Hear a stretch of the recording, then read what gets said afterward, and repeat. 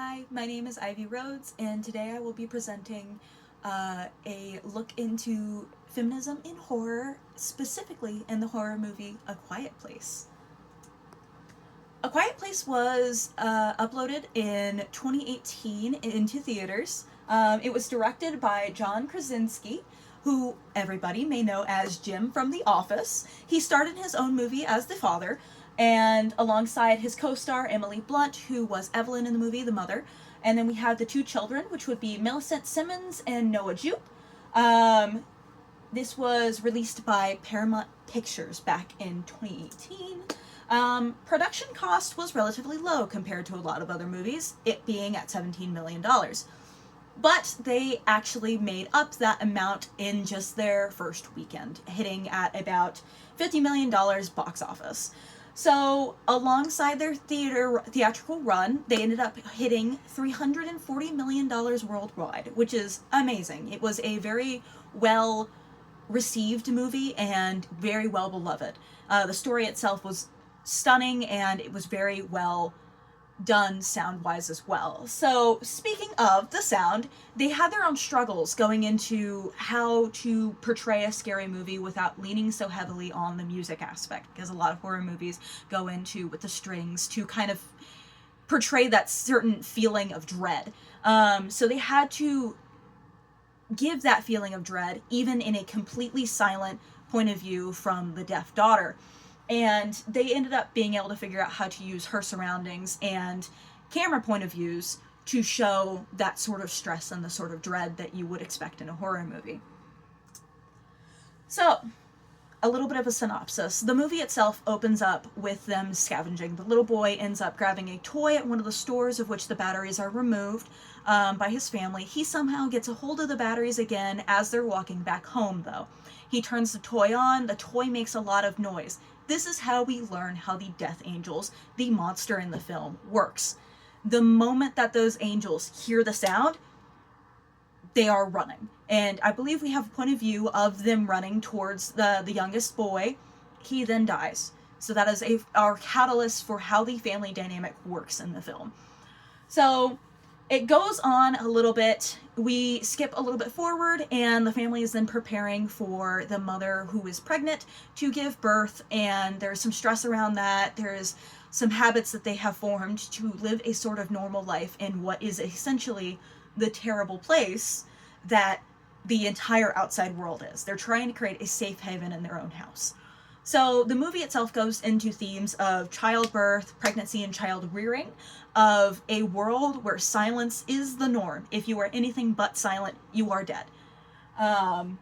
So it goes into the survival of these family members, and it shows a horror of what an outside world is pretty loud when you have to be completely silent.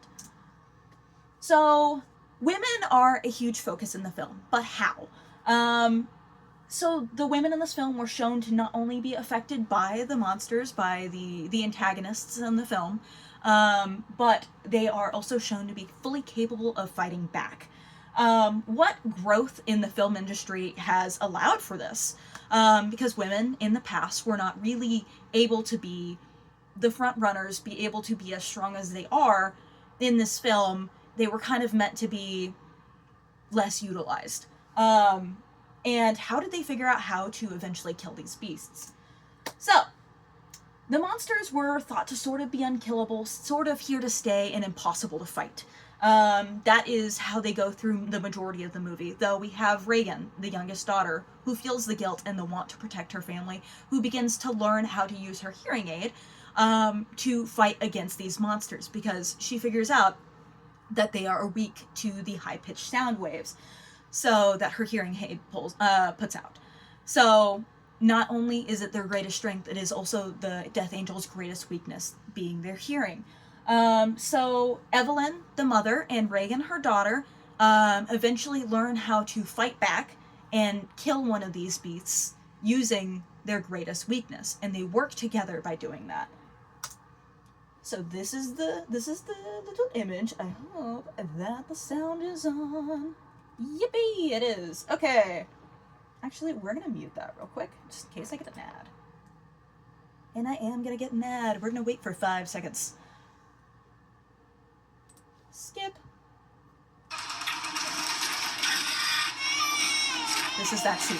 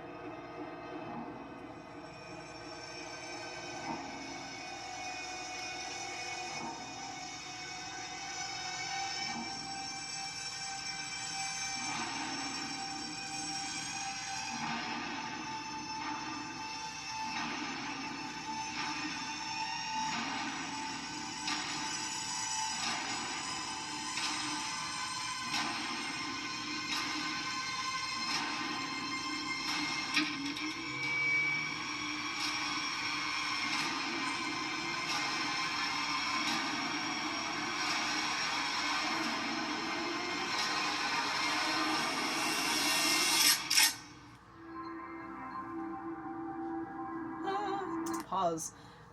So we go into the scene where it shows Reagan and her mother fighting back against the Death Angel that was in their basement, being able to defend themselves with the hearing aid, which is the first time we see her be able to actually use it in the movie with the recording software that they have in the basement for their radio. Alongside of that, the mom is shown to not only be a bystander, but someone who is actively fighting back against the monsters. They are not just there, they are meant to be the people who can end this. They are the strong characters in this, the final girls, in a way. Next slide. Next slide.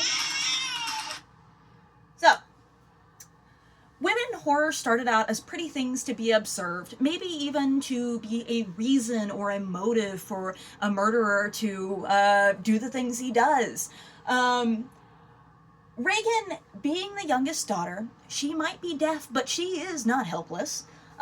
She tries multiple times in the movie to convince her father of that. He does not believe her. He does not believe her. It takes until after his death for him to finally take her, for her to be able to show herself that she is strong enough to be able to fight back.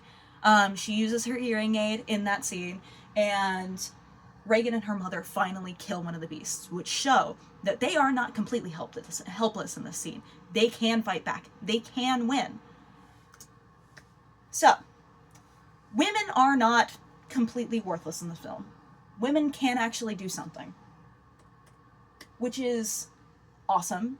It was really difficult to get to this point. There are so many movies that had to go into different franchises and so many things that had to go into this, and so many rules and regulations. Clover went through a lot of different things. The final girl, one of those things being something that we see in the film. Reagan and her mom are the final girls of the film. Her son is protecting the baby, but they are the ones that are fighting back. They are the ones that can actually do something. There's a strength there. And I hope that we get to see more movies like that. So, it matters. It's a future. I hope you all have a wonderful day. Thank you very much.